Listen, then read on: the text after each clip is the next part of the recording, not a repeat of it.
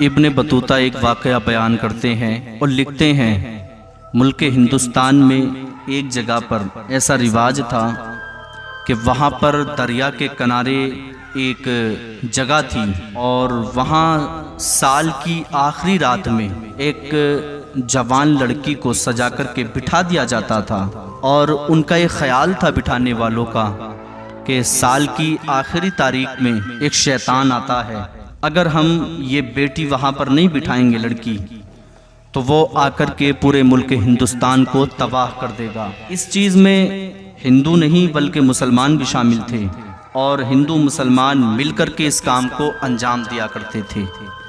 ایک نوجوان لڑکی کو سجا دھجا کر بٹھایا جاتا تھا، اور صبح جب جاتے اس کو لینے کے لیے تو وہ وہاں پر مری ہوئی نظر آتی تھی، مر جاتی تھی۔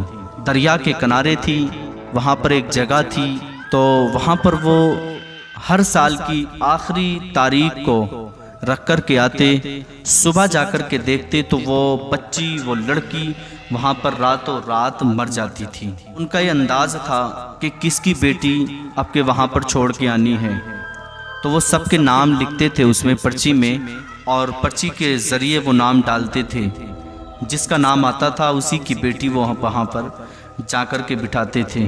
ایک اس دور میں حافظ صاحب ہوا کرتے تھے، ان کا نام مولانا حافظ عبد البرکات تھا، اور اللہ کی شان دیکھے کہ حافظ عبد البرکات رحمۃ اللہ علیہ کے چہرے پہ داڑھی نہیں آئی تھی، نہ چہرے پہ داڑھی تھی اور نہ چہرے پہ مونچھیں تھیں، بالکل وہ سپاٹ تھے کہ چشتی تھے وہ، اور اس سلسلے سے مرید تھے۔ اتنے پکے حافظ تھے، ایک ہی بیٹھک میں ایک جگہ پر بیٹھ کے پورے کلام پاک کو پڑھ دیتے تھے۔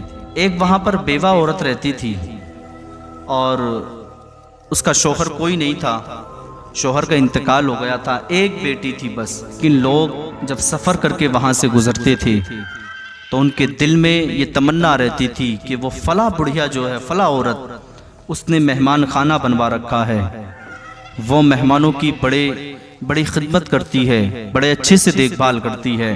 تو لوگ عسکر کے اس راستے سے گزرتے تھے جس راستے پر وہ مہمان خانہ اس عورت نے بنوا رکھا تھا، اور وہ مہمانوں پہ بہت زیادہ پیسہ خرچ کرتی تھی۔ ایک مرتبہ حضرت حافظ عبد البرکات رحمۃ اللہ علیہ وہاں سے گزرے، اور رات ہو گئی، وہاں پر جا کر کے ٹھہرے۔ یہاں پر اس عورت کا مہمان خانہ تھا۔ اس عورت کے بارے میں حافظ صاحب نے بھی سن رکھا تھا کہ بہت پیسہ خرچ کرتی ہے، بہت اچھا خرچ کرتی ہے لوگوں پر۔ وہ گئے، جا کر کے بیٹھے، لیکن معاملہ عجیب تھا۔ وہ جو عورت تھی اس کا روتے روتے برا حال تھا، اس نے کوئی خدمت نہیں کی۔ حافظ عبد البرکات نے کہا کہ میں تو یہاں پر اس وجہ سے ٹھہرا تھا کہ میں نے سنا تھا یہاں پر جو وہ عورت ہے وہ بڑی خدمت کرتی ہے، لیکن یہ بات تو الٹی نکلی، خدمت ہماری کوئی نہیں ہوئی۔ لوگوں نے کہا کہ حافظ صاحب آج وہ غم میں ہے۔ اس کی وجہ پوچھی گئی تو بتایا کہ یہاں پر سال کی آخری تاریخ کو ایک بچی کو، لڑکی کو، نوجوان کو سجا دھجا کر بٹھا دیا جاتا ہے فلاں جگہ پر دریا کے کنارے۔ انہوں نے پوچھا ایسا کیوں کرتے ہو؟ کہا کہ شیطان آتا ہے، بچی سے ہی اس کو مار کے چلا جاتا ہے، اگر ہم ایسا نہ کریں تو وہ شیطان آئے گا اور پورے ہندوستان کو تباہ کر دے گا۔ اللہ اکبر۔ جب حافظ صاحب نے یہ بات سنی تو کہا اچھا ایک کام کرو، اس عورت سے میری ملاقات کراؤ۔ لوگوں نے پہلے تو منع کیا کہ ملاقات نہیں کرے گی، وہ بہت زیادہ صدمے میں ہے، چونکہ نام اس کی بیٹی کا آیا ہے، آج پرچی میں اس کی بیٹی کا نام آیا ہے، اس کی بیٹی کو جا کر کے آج وہاں پر چھوڑا جائے گا اور شیطان اس کو کھا جائے گا، مار ڈالے گا۔ لیکن حافظ صاحب نے ضد کی، معاملات ایسے بنے کہ ملاقات ہو گئی۔ کہا کہ بیوی کیوں روتی ہو؟ کہا کہ میرے شوہر کے مرنے کے بعد میری صرف ایک بیٹی تھی، آج نام میری بیٹی کا آیا ہے، اور یہ برسوں سے چلی آ رہی ہے یہ پرمپرا، اگر اس طرح سے نہ کریں گے تو پھر وہ پورے ہندوستان کو شیطان مار دے گا، اور اگر وہ میری بیٹی کو مار دے گا تو اس کے علاوہ میرا کوئی نہیں ہے۔ حافظ صاحب نے کہا کہ میں اگر ان لوگوں کو سمجھاؤں کہ شیطان ویطان کچھ نہیں ہوتا، اس پرمپرا کو ختم کرو، تو لوگ سننے کے لیے تیار نہیں ہیں، چونکہ اس میں مسلمان بھی ہیں، ہندو بھی ہیں۔ ایک کام ایسا کرو، میرے تو چہرے پہ داڑھی بھی نہیں ہے اور نہ ہی مونچھ ہے، ایک کام کرو، آپ مجھے بیویوں والے کپڑے لا کر کے دو، میں چہرہ ڈھک کے آپ کی بیٹی کی جگہ پر جاؤں گا، میں دیکھ کر کے آؤں، میں بھی تو دیکھوں کہ کون سا شیطان آتا ہے۔ اس کی بیوی نے کہا کہ حافظ صاحب نہ جاؤ، چونکہ وہ بہت زیادہ غصے میں ہو جائے گا تم کو دیکھ کر کہ میرے ساتھ دھوکا، عورت کی بات ہوئی تھی یہ مرد آ گیا۔ حافظ صاحب نے کہا بے فکر رہو، کسی کو کچھ پتا نہیں چلے گا اور نہ ہی کوئی شیطان آتا ہے، آپ انتظام کرو، مجھے کپڑے عطا کرو۔ جب ضد کی زیادہ تو حافظ صاحب کو کپڑے عطا کر دیے گئے، کپڑے پہنے، چہرے کو ڈھکا اور ان لوگوں کے ساتھ میں اس مقام پر گئے جہاں پر وہ جا کر کے ایک عورت کو رکھتے تھے۔ جانے کے بعد بیٹھ گئے۔ حافظ عبد البرکات رحمۃ اللہ علیہ فرماتے ہیں اے لوگوں، اس رات میں نے اسی دریا میں باہر اس مکان سے باہر نکل کے 3 مرتبہ وضو کیا تھا، 3 مرتبہ وضو کیا میں نے، نمازیں پڑھی، عبادت کرتا رہا۔ اللہ اکبر، مجھے کچھ نہیں ہوا۔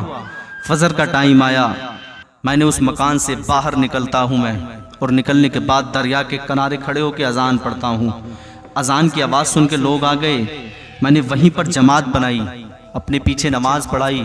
لوگ حیران تھے کہ آخر کیا ہوا، ہندو بھی مسلمان بھی۔ میں نے کہا کہ اگر اس بات کو اب مان گئے ہو کہ شیطان نہیں آتا تو کیا کلمہ پڑھنے کے لیے تیار ہو؟ سارے لوگ بولے کہ ہم کلمہ پڑھنے تیار ہیں۔ کہا کہ ایک بات بتائیں کہ آخر وہ بچی پھر مر کیسے جاتی تھی؟ جب شیطان کوئی نہیں آتا تھا تو وہ مرتی کیسے تھی؟ حافظ عبد البرکات رحمت اللہ علیہ فرماتے ہیں کہ وہ مر اس لیے جاتی تھی کہ پہلے تو وہ سنسان جنگل ہے، یہ دریا کا کنارہ ہے، مکان ہے، یہاں پر وہ تم بٹھا کر کے جاتے تھے۔ وہ اکیلے ہونے کی وجہ سے اس خوف سے مر جاتی تھی کہ صبح تو مجھے مرنا ہی ہے، اور اس کو ڈر تھا کہ شیطان اب آنے والا ہے، اب آنے والا ہے۔ وہ اس اندر کے اندرونی ڈر کی وجہ سے مر جاتی تھی، اس کو کوئی شیطان ویطان نہیں مارتا تھا۔ ایک بڑی پیاری بات یہاں پر سمجھ میں آتی ہے، انسان کی کوئی قربانی دینے کے بعد کوئی مصیبت نہیں ٹل سکتی، یہ شیطانی راگ ہوا کرتے ہیں سارے، اور کوئی شیطان نہیں آتا انسان کی بلی لینے کے لیے۔ دوسری بات یہ ہے کہ کچھ لوگ ایسے ہوتے ہیں جو دل میں ڈر کے خود مر جاتے ہیں، ان کو مارنے کی ضرورت نہیں پڑتی۔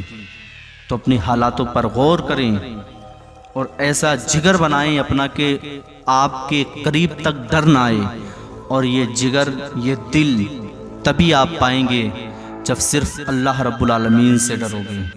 دنیا والوں سے ڈرو گے تو جتنا ڈرو گے پھر اتنا ڈرایا جاؤ گے۔